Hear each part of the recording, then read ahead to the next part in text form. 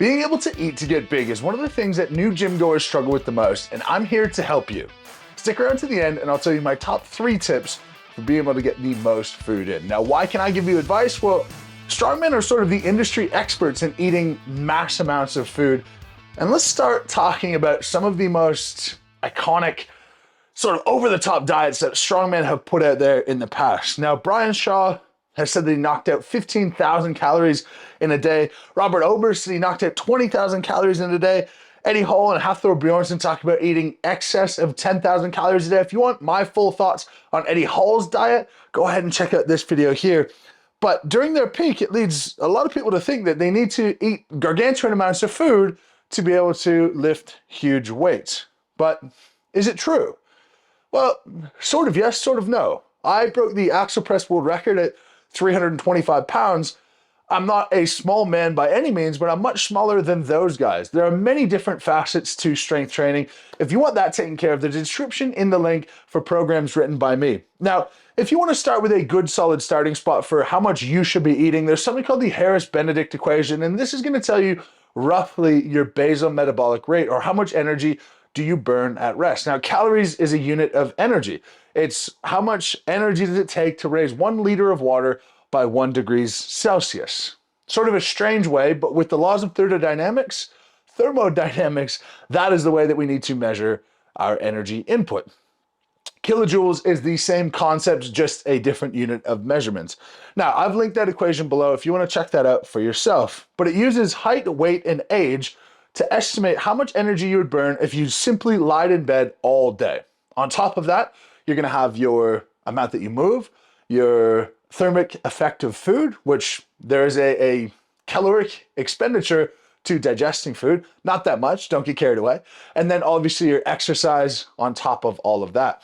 We also have differences in metabolism, where this equation is just a starting point. The thing that you should use, and the thing I always say to people who are not gaining weight, is the scale is your indicator. Your scale is going to tell you how much are you eating and how much are you putting out, and that's it. If it's not going up, you're simply just not eating enough. Now let's use this equation for someone like Brian Shaw, who I said has said that he stacked away 15,000 calories per day. Now he's 6'8", we'll say around 450 pounds. He doesn't really put his weight out there that much, but I think that's a reasonable estimate. This equation says that he needs 3,650 calories just to lie in bed all day and not start to deteriorate. It doesn't sound like a lot, but the average ordinary person, for their basal metabolic rate and the thermic effect of food and light movement, 2,000 calories is the recommendation. He's almost double that before he even gets out of bed. Now, if we add in his workout, thermic effect of food, general movement, we're probably talking somewhere in around 7,500 calories, not taking into account metabolism. I think this equation starts to get off the further away you get from the norm, as most equations do. But again, I do back it as a good starting spot. Now, if his system isn't able to absorb all of that food, it's possible that the number goes to 10,000 calories plus based on the equation itself. Then again, metabolism, higher muscle mass, more metabolically active tissue, all of that is going to come into play as well. So for myself, if I do this, I'm 193 centimeters. I am 325, 330 pounds. I only need 2,900 calories to maintain myself. And if I add in my workout, my movement, I know I need to get around 5,500 calories just to maintain my body weight. If I'm going into competition season, we could be at 6,000 plus. I've put out several full day of eating videos. Go ahead and search that up if you'd like to. So what do you need to do to be able to gain weight? Well, first, find out what your daily calorie requirements is using that equation. Use that as a starting point, and then weigh yourself on a regular basis. There's a really good fundamental, it's a business principle, but it can be a health principle as well. Things that you measure will tend to improve. If you tend to want to gain weight and you're afraid of weighing yourself every day, well, then you should change your goal, because your goal isn't actually to gain weight if you're afraid to look at the scale or to measure that. From there, you just adjust your food and your movement accordingly. The calories listed on a packet of anything is plus or minus 20%. And that could be the difference between losing 2 pounds a week and gaining 2 pounds a week. And that's why the scale has to be your ultimate indicator. After you get your calories right, then we talk about macros. And a good starting spot for macros is 1 gram per pound of body weight for protein. For me, 320 pounds, 330 pounds, somewhere in there is where my protein should be. If you're in a calorie excess, that can actually creep down a bit, and I would do 290 to 300 grams because carbohydrates are protein sparing. With carbohydrates, we want to go about 2 grams per pound of body weight, and then the rest we should be talking about healthy fats. Now, the total calories from your food is just going to be an equation from your macros. It's going to be grams of protein times 4 plus grams of carbohydrates times 4 plus grams of fat times 9. We then have alcohol in the equation, which is grams of alcohol multiplied by 7. But if you're trying to gain weight, just leave alcohol out. Alcohol is a poison. It's not going to help you gain any useful weight. Then we go to micronutrients. You need to get your vitamins and minerals because they are assisting you to be able to digest and use the macronutrients efficiently. That is a broad overview, and a 10,000-foot overview is to say that you're mostly going to get your minerals from animal sources and you're going to get your vitamins mostly from fruits and vegetables. In a Western diet, we are not in a deficit of really anything. We get a really good variety. If you are looking for that little bit of a boost, or say you don't like to eat things like meat organs, you can go ahead and check out a beef liver and heart product that I have down below. It is a pill. I'll link that in the description as well, and it's going to help you to get that in. A protein shake then feels like you've tackled a bison. Now, there are a few micronutrients to be particularly aware of. Vitamin D is one. If you are in the Northern Hemisphere and in a place like Canada, Northern US, UK, you're going to have parts of the year where sun is difficult to come by. One of the ways we get vitamin D, and the main way we get vitamin D, is by absorbing sunlight through our skin, and then there's a chemical process that takes place to create vitamin D. Now, this works in conjunction with calcium, and vitamin D reduces inflammation and increases cell growth. With magnesium, that's another very important micronutrient, muscle and nerve function, and this is thought to reduce cramping, although not 100%. It also improves protein synthesis. Then sodium. Sodium gets a bad rap because sodium is bad for people with heart disease and uncontrolled blood pressure. But for anyone who sweats a lot, for anyone who is relatively active, sodium is definitely a useful factor for a good micronutrient to be able to get big and get strong. Lastly is calcium. Calcium regulates muscular contraction. If we can't contract our muscles, you're not going to be able to break down muscle tissue to be able to get big, to be able to get strong. So get your calories right, your macros right, your micros right, and you're pretty much good to go. But I told you I'd give you 3 tips, and here they are.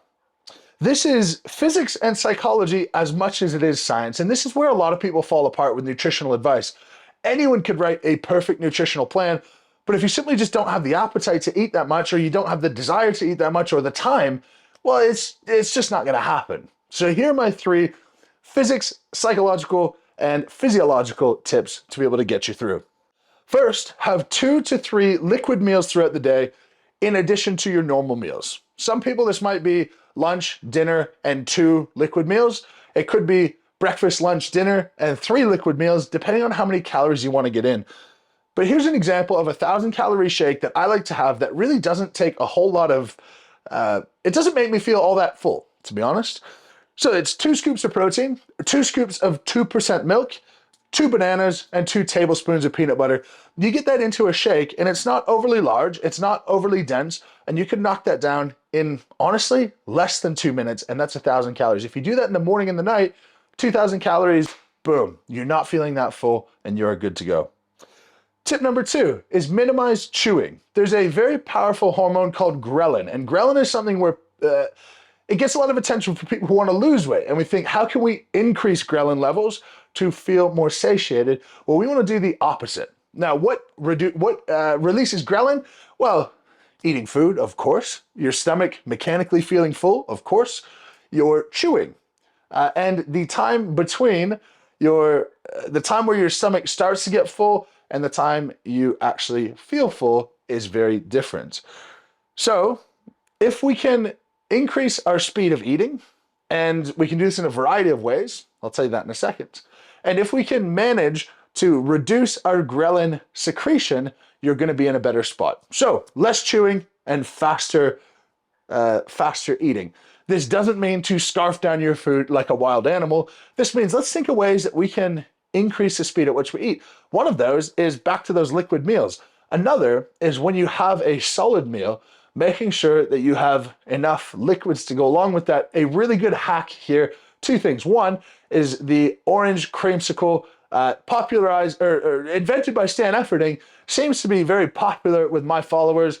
It is orange juice and plain Greek yogurt. For the macros, the micros, the probiotics, it's all really good, and it's really easy, quick calories.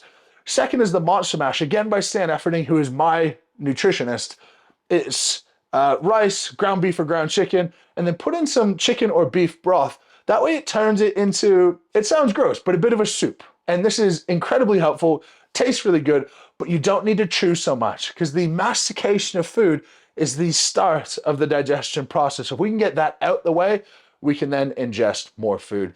And finally, tip number 3, our goal should be having the stomach as emptied as often as possible so that we're ready for more food.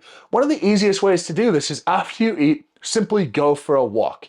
Going for a walk has shown to reduce the time that food is in your stomach and increases the amount that we put through to our small intestine, and it increases the rate at which we do so. The stomach is basically there for chemical digestion and a level of mechanical digestion to break down our food. And then the small intestine is where we actually absorb those nutrients. The faster we can get it out the stomach, absorbing the nutrients, the better off we're going to be able to be ready for that next meal, which is often people's biggest challenge. The recommendation that I follow and that I like is a 10 to 15 minute walk after every single meal. Sometimes that's a walk, that's my preference. Sometimes it's going and playing in the pool. Your mom lied to you. You don't have to wait 45 minutes to jump in the pool. It might actually be helpful for you to jump in straight away, so long as you're not over the top, full and sick. My last bonus tip is that take weight loss advice and general health advice and sort of throw it out the window. So things like not eating white rice, eat brown rice instead, eat high fiber foods. It's all going to slow down your digestion and make you feel more full. If you're eating on a regular basis, it's going to be okay, especially because the food that you intake and the food that mixes in your stomach, it's all in there together. So if you eat white rice by itself, the glycemic index, so the amount that it'll spike your blood sugar, is quite high. But if you have white rice and steak, well, the steak with the protein and the fats is going to slow down the digestion of everything and knock that down the amount that it will spike your blood sugar and really negate any negative effects of having white rice over brown. If you have brown rice, that food is just going to start to sit in your stomach like a rock. We all know that feeling, and it's horrible. The people who think that not eating when you're hungry is the worst feeling ever have never had to try to eat when they're full. Avoid that at all costs, and that is your recipe for success. As per usual, let heavy be kind. If you'd like to support the channel, go ahead, check out the merch in the YouTube shop or in the link in the pinned comment. Thank you very much, guys. Appreciate you for watching. If you haven't already, please subscribe to the channel, and we'll catch you in the next video.